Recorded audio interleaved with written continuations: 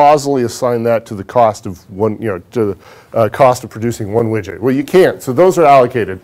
But you do just as little of this as possible, just as much of this as possible, and you do this before that. Okay? Now here, what we see here are many PDORs. Here we have pools, we have activities, and we can use those to assign costs to products. Was there anybody here the first day of class? Except, was there anybody here the first day of class? Were you here? I was. Were you? How did we define accounting? Information. He did not look at anything. That was awesome. That's awesome. Information. Activity-based costing is the same thing, essentially. Fundamentally, activity-based costing is data.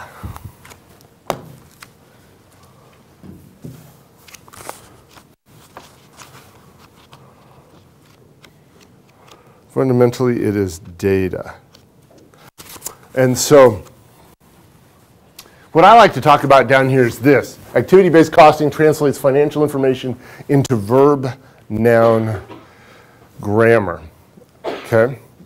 And so, let's pretend we're making Harley-Davidson motorcycles. And we've got Jim. Jim is making the engines. I mean, he looks like the kind of guy who could make engines. Jackie is going to make the chassis. Okay? And then Shar, have you ever ridden a motorcycle before? No. She's a perfect person to do test drives. Not really. I'm speaking just a little sarcastically, facetiously.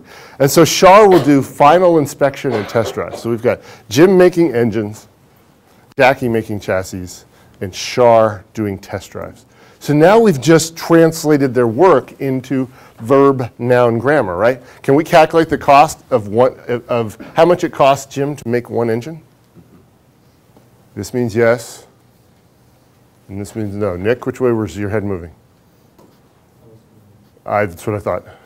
And so this means yes. Can we calculate the cost of Jim making one engine? Absolutely. Absolutely. Can we calculate the cost of Jackie making one chassis? Absolutely. Can we calculate the cost of Shar very carefully not wrecking a motorcycle and inspecting it and making sure it works right? Sorry, and I'm in our way. Can we calculate that cost? Absolutely. And over time, ideally, what would we want to have happen to that cost? Up or down? Down. We want it to get less, right? We'd want it to get less. And so all of a sudden, these become costs that we can manage. You know, sometimes it's like, well, 4 spark plugs cost yada, yada, yada. That's a little less meaningful than, the cost of the individual components is less meaningful than having the cost of the total engine, including Jim's time and some allocation of overhead as a total cost. And then we manage that total cost of producing an engine. So that's what activity-based costing enables us to do. Okay?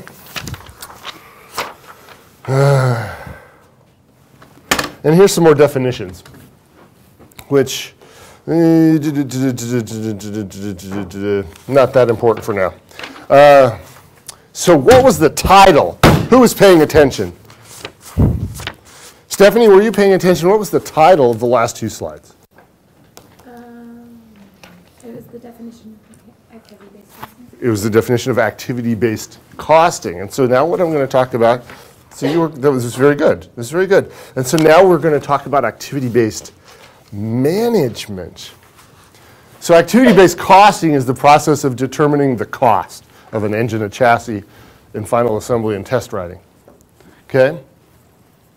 Activity-based management is a fancy name for using that information to manage those activities in some way, shape, or form. Okay? And clearly you can use activity-based costing as a building block. I told you not to try and write everything down. Did I not say that at the beginning of class? Okay. It was on tape. I said it. And so the ones you want, the ones you need, and you can always watch it again, right, if you really want those notes. Isn't that beautiful? You are the first class ever who could do that. If you really want to write down everything that was on that slide, I'm sure our fabulous videographer got at least one shot of it that you can pause, and you can write down everything. Isn't that cool? Nick is not impressed. Tony might be, but Nick is not. So now here we have activity-based costing, where rather than assign costs directly to products, we assign costs to activities. We calculate, and Alex, I'm trying not to put Alex to sleep. And so we assign costs to activities and then use the cost per activity to assign cost to products using activity-based costing. Okay, are you ready? Are you excited? Drum roll, please. This is the first slide. You have to write everything down.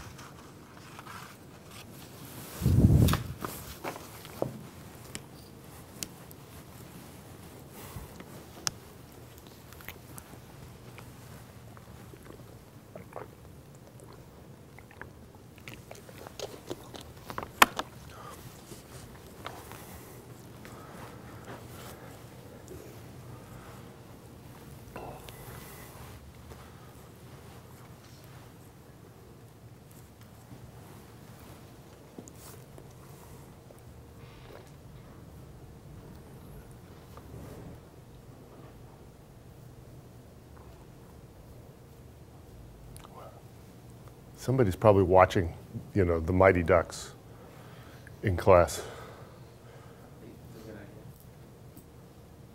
Is that the right movie? Mr. Kanoy, was that the movie that I was supposed to watch? Yes, sir. The Mighty Ducks? Yes, sir. I'll bring popcorn if you want to do it on Thursday. We're not doing it on Thursday. We have a case due on Thursday. That'll be much more fun. The case will be much more fun. No. I think I learned from last time. No, I think it'll be much more fun than the case.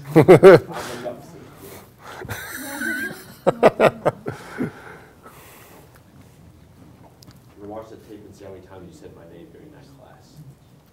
We'll do that. You'll have to do that. I'll let you know. Okay. A lot. I think I say your name a little more than average for people in the class. But that class was a lot. Is the stuff in parentheses really important? Is the stuff in parentheses really important? Like you can see if it is. So. Potentially. Underneath what is used to do work? Oh, she's got it? Okay. Thanks. You're welcome. Okay, so which one of these is activity, which direction? So we've got two directions here. We can read this left to right, top to bottom. Which one is activity-based costing?